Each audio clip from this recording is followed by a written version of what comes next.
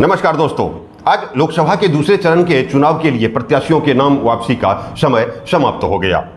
ऐसे में अब पूर्णिया लोकसभा क्षेत्र से 3 प्रभावी प्रत्याशी मैदान में रह गए हैं, जिनमें एनडीए से संतोष कुमार कुशवाहा, तो इंडिया गठबंधन से बीमा भारती और निर्दलीय पप्पू यादव जैसे प्रभावी प्रत्याशी मैदान में रह गए हैं।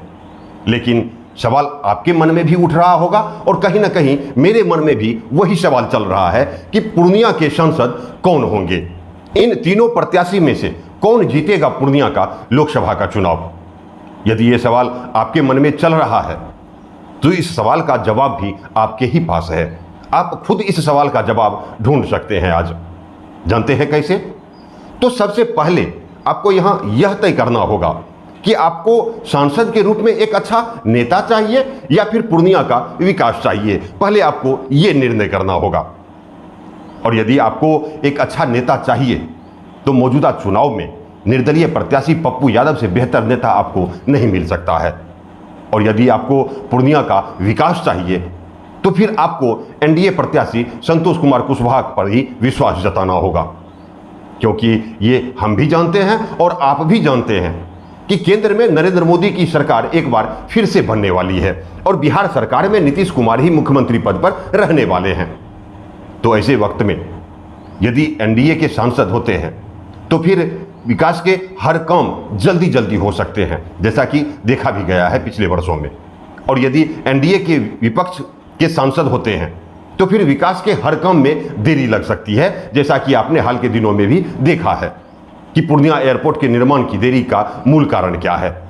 आप जानते हैं कि केंद्र सरकार और राज्य सरकार के बीच गठबंधन का टूटना ही मूल कारण था, जिसके कारण केंद्र सरकार राज्य सरकार पर देरी का आरोप लगाती रही तो राज्य सरकार केंद्र सरकार पर आरोप लगाती रही, जिसका नतीजा हुआ कि पिछले 12 वर्षों से पूर्णिया की जनता निर्माण शुरू करने के लिए आंदोलन करती रही, तो उधर दोनों सरकारें एक दूसरे पर आरोप लगाते हुए निर्माण में देरी करती रही।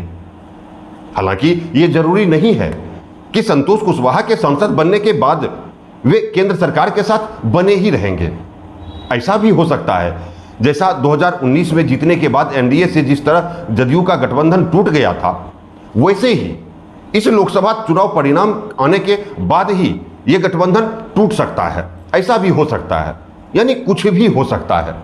लेकिन हर सूरत में कोई ना कोई एक सरकार पूर्णिया के विकास के लिए जरूर विचार करती रहेगी और वो है नीतीश कुमार।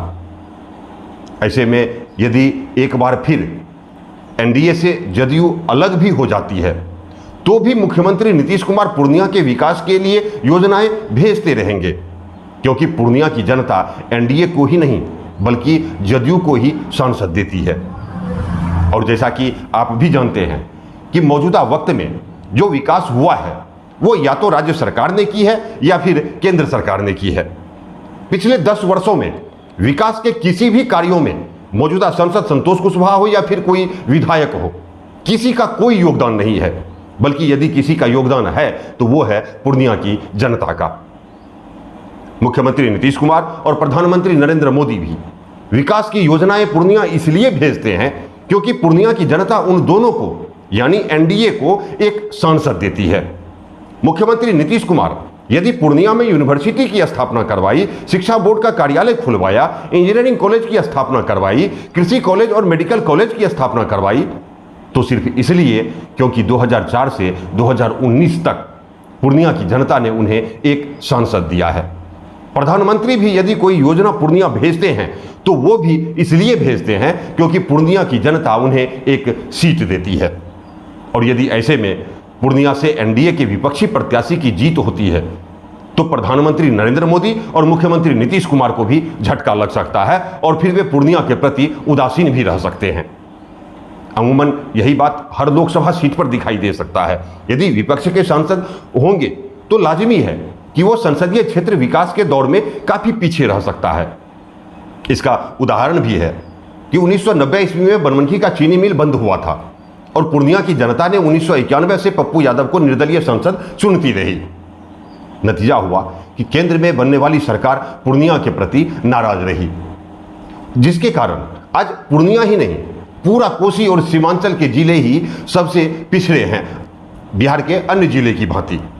ऐसे में यदि आपको सांसद के रूप में नेता चाहिए तो फिर आपको पप्पू यादव को जिताना होगा, क्योंकि मौजूदा संसद में नेता वाले वो गुण जो पप्पू यादव में दिखाई देता है वो गुण उनमें दिखाई नहीं देता है, और न ही राजद प्रत्याशी बीमा भारती में ही वो गुण दिखता है।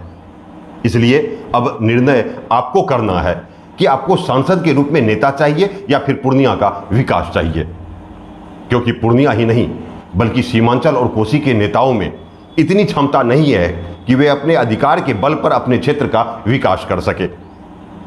आपके संज्ञान में यहां दे दूं कि आज़ादी से पूर्व कोसी और सीमांचल में जितनी रेल लाइन बिछाई गई थी उसके बाद से अब तक 1 किलोमीटर भी रेल लाइन नहीं बिछा पाए कोसी और सीमांचल के नेता। देश का सबसे बड़ा अनाज मंडी पूर्णिया में है, फिर भी किसानों को अपने अनाज का उचित कीमत नहीं मिल पा रहा है। आज भी लंबी दूरी की कोई अच्छी ट्रेन नहीं है पूर्णिया से, जबकि 25-30 वर्षों से यही तीनों नेता प्रतिनिधित्व कर रहे हैं जो आज तीनों प्रत्याशी बनकर पूर्णिया लोकसभा के चुनावी मैदान में हैं। हालांकि मौजूदा हालात में नोटा बटन दबाने की भी संभावना अधिक हो गई है, मतलब कि इस बार नोटा वोट की संख्या में भी अप्रत्याशित वृद्धि देखी जा सकती है। हालांकि पप्पू यादव के प्रति युवाओं की जितनी लहर देखी जा रही है उससे भी ज्यादा संतोष कुशवाहा के प्रति एंटी इनकम्बेंसी की लहर है। लेकिन इन सब के बीच निर्णय तो आपको ही करना है कि आपको नेता चाहिए या फिर पूर्णिया का विकास चाहिए। बहुत बहुत धन्यवाद, बहुत बहुत धन्यवाद।